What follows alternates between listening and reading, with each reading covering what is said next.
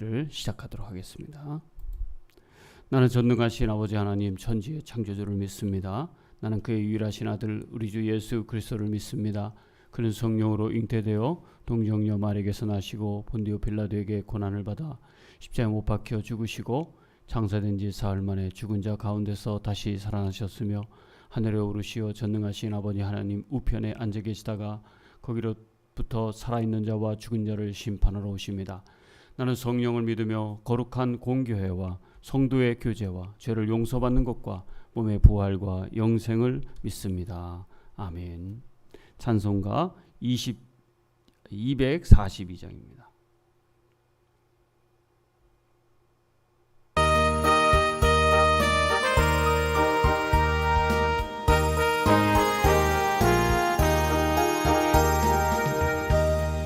장미꽃같이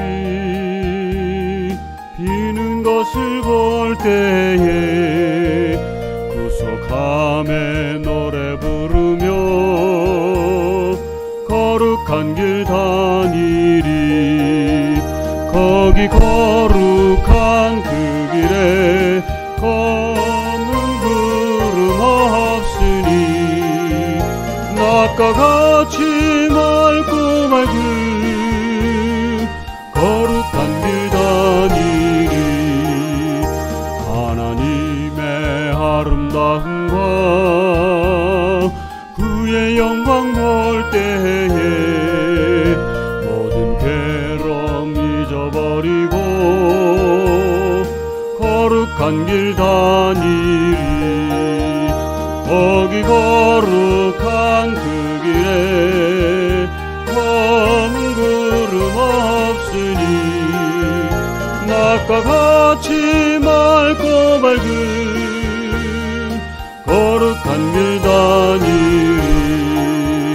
마른 땅에 샘물 터지고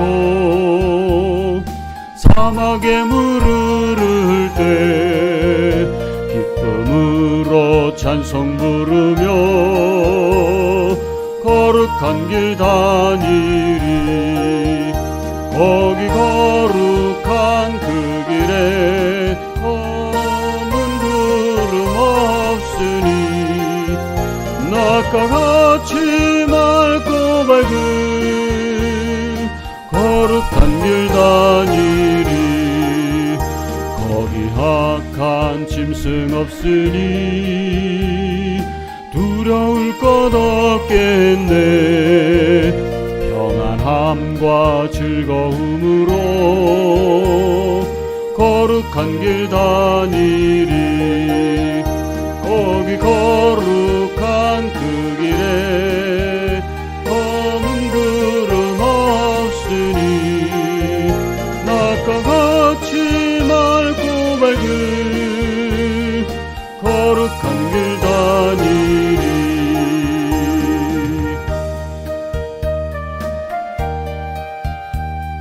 거룩한 자뿐이라 주님 주신 면류관 쓰고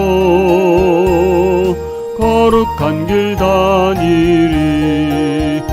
거기 거룩한 그 길에 검은 구름 없으니 낮과 같이 맑고 밝은 거룩한 길 다니리. 오늘 하나님의 말씀은 출애굽기 15장 22절부터 27절의 말씀입니다.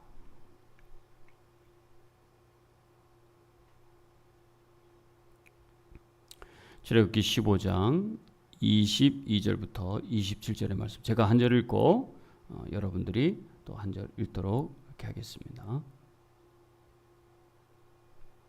16빌 엘림을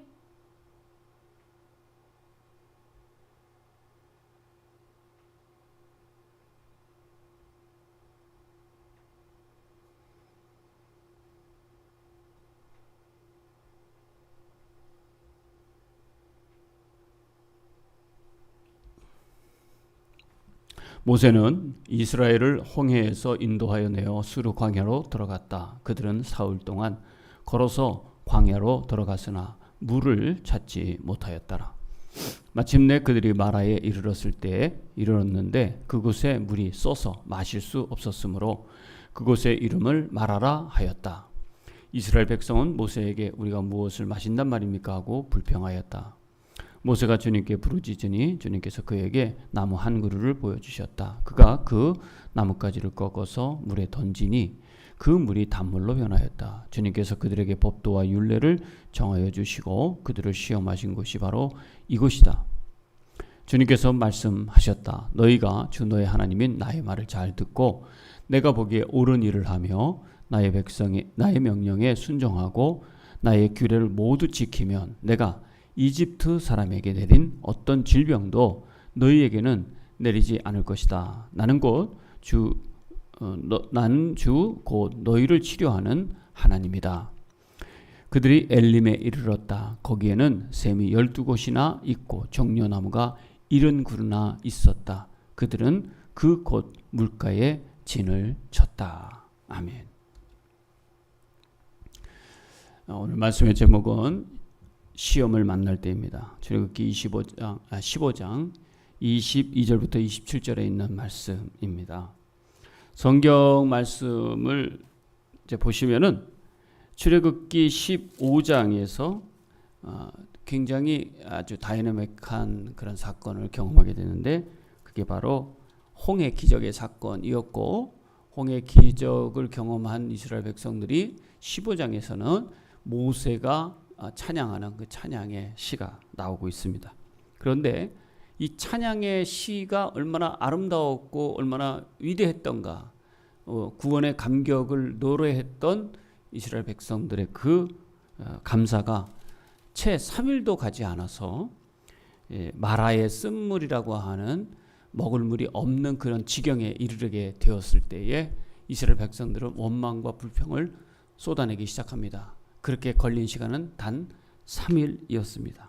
오늘 마지막 절에 보시면은 이렇게 말씀하고 있어요.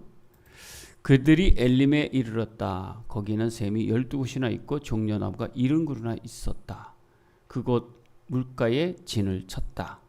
네, 엘림에 이르기까지, 그러나 그곳에 람세스부터 출발해가지고 이 홍해를 가르고 그 다음에 마라라고 하는 걸 거쳐서 엘림까지 왔거든요. 근데 이런 여정 속에서 그들이 벌였던 일들은 뭐냐면 여기 22절에 보면은 홍해에서 인도에서 수르 광야에 들어왔는데 사흘 동안 걸어서 광야에 왔어요. 근데 그 광야에 얼마나 힘들었겠습니까? 단지 며칠이었다고요? 하루 이틀 사흘 3일밖에 되지 않았다 하는 거죠. 이 3일 동안에 그들이 벌였던 난관은 뭐냐면 먹을 물이 없다는 사실입니다. 마라라고 하는 것은 쓰다 이런 뜻을 갖고 있는데 그곳에 물은 짜고 아마 썼다고 합니다. 근데 여기 이르러서 마실 물이 없었다. 굉장히 큰 문제죠. 24절에 이스라엘 백성들이 모세에게 무엇을 마신단 말입니까 하고 불평하기 시작했다 하는 일이 나옵니다. 이게 지금 이스라엘 백성들이 홍해물을 가르고 자신들은 구원받았는데 거기에 왔던 바로의 군사들은 모두 수장되어지는 그런 경험을 하고도 사흘이 안 돼서 먹을 물이 없다고 불평을 하고 있는 것이죠. 자, 이때 어떻게 모세가 합니까? 지도자는 책임을 지는 사람이거든요. 책임을 져야 하기 때문에 하나님께 기도하는 방법밖에는 없었습니다. 그래서 기도했고 그리고 하나님께서 응답을 주시기를 한 나무를 보여주시고 그 가지를 꺾어서 그것을 던지게 했습니다. 그래서 그것이 단물로 변했다 하는 것입니다. 어떤 사람들은 그 나무 자체가 단 열매가 있기 때문에 그 쓴물이 단물로 변한 것이지 하나님께서 그렇게 하신 것이 아니다 이렇게 얘기하는 사람들도 있는데 어떻게 200만 명을 다 먹일 수 있겠습니까? 예?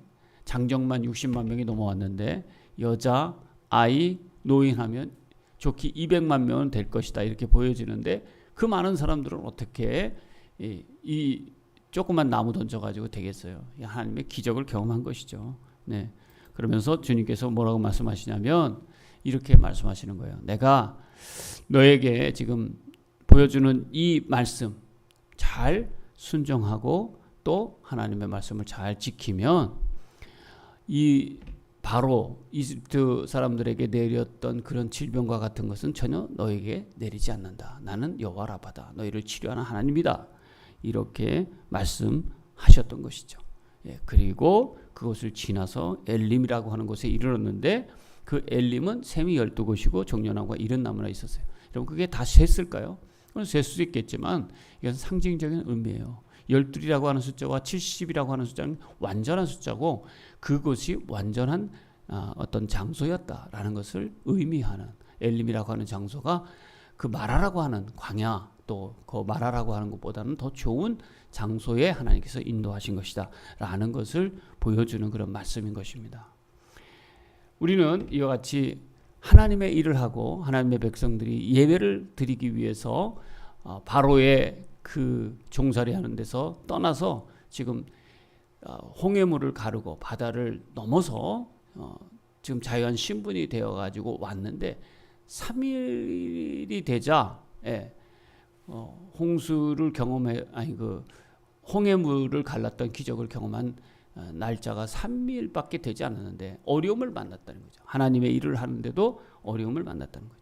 여기서 그들이 이런 어려움을 만났을 때 하나님의 사역은 우리가 구원받았다고 해서 모든 것이 기도가 다 응답이 되어지고 우리가 바라는 대로 다 잘 되는 것이 아니라 거기에는 시험의 여정이 있다는 사실, 테스트를 거쳐야 되는 거죠.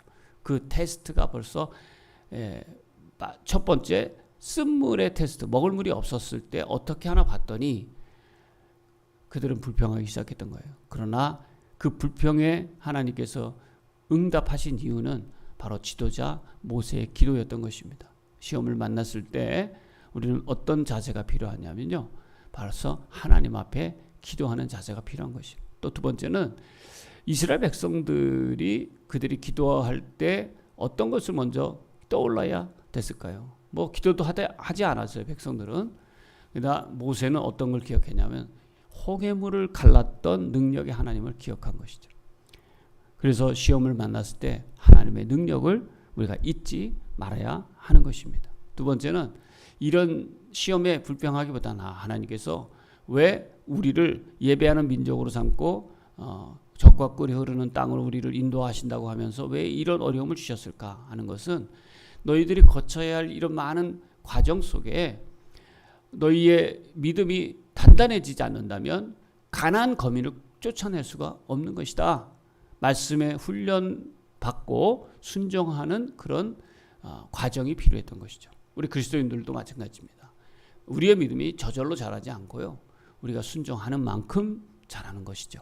그러므로 우리에게 주어지는 이 마라 같은 시험과 같은 것을 받았을 때는 이 하나님께서 이 시험을 통해서 우리를 검증하려고 하시는구나 하는 것들을 기억하셔야 됩니다. 그 과정 속에서 나쁜 것들이 더 좋은 것으로 바뀔 수 있음을 분명히 믿는다면 우리의 시험은 분명하게 이길 수가 있는 것입니다. 그 다음 세 번째 우리가 시험을 만났을 때 이 시험은 내가 이긴다는 승리의 확신이 먼저 있기를 바랍니다.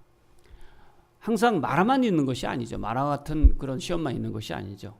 하나님의 백성은 그 다음에 어디로 갔다 그랬죠? 엘림이라고 하는 곳에 갔다. 그러면 축복도 있다는 얘기거든요. 완전한 장소라고 그랬잖아요. 12샘이 있었고 종려나무가 70그루나 있었다라는 것은 하나님의 축복은 그 다음에 우리를 기다리고 있다. 그래서 시험을 이기면 하나님의 복은 우리에게 온다. 그분을 믿고 끝까지 따라가자 하는 것들이 우리의 시험을 만났을 때의 태도인 것입니다. 하나님을 기억하십시오. 그리고 시험을 만났을 때 그 시험을 받아들이십시오. 그 다음 끝까지 하나님을 믿고 따라가시기를 바랍니다.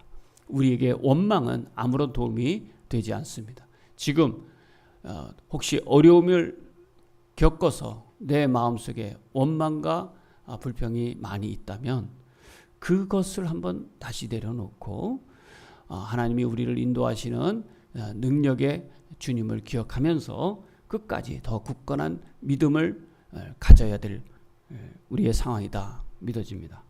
힘들다고 섣불리 원망하지 말고 모든 것을 주관하시는 하나님을 믿고 끝까지 달려가시기를 바랍니다. 아버지 하나님, 오늘 귀한 주님의 말씀을 통해서 시험을 만났을 때 우리가 어떤 자세를 가져야 되는지 우리에게 깨닫게 해주시니 감사드립니다. 하나님, 불평과 불만을 내려놓고 하나님의 능력을 끝까지 믿되 끝까지 순종하고 끝까지 하나님의 주어진 상황 속에서 최선을 다하는 우리들의 믿음이 있기를 원합니다. 그래서 엘린과 같은 축복을 받아 누리게 하시고 가나안 땅에 큰 복을 받는 저희 인생 되게 하여 주옵소서. 예수님의 이름으로 기도합니다. 아멘. 하늘에 계신 우리 아버지, 아버지의 이름을 거룩하게 하시며 아버지의 나라가 오게 하시며 아버지의 뜻이 하늘에서와 같이 땅에서도 이루어지게 하소서. 오늘 우리에게 일용할 양식을 주시고 우리가 우리에게 잘못한 사람을 용서해 준 것 같이 우리 죄를 용서해 주시고 우리를 시험에 빠지지 않게 악에서 구하소서. 나라와 권능과 영광이 영원히 아버지의 것입니다. 아멘.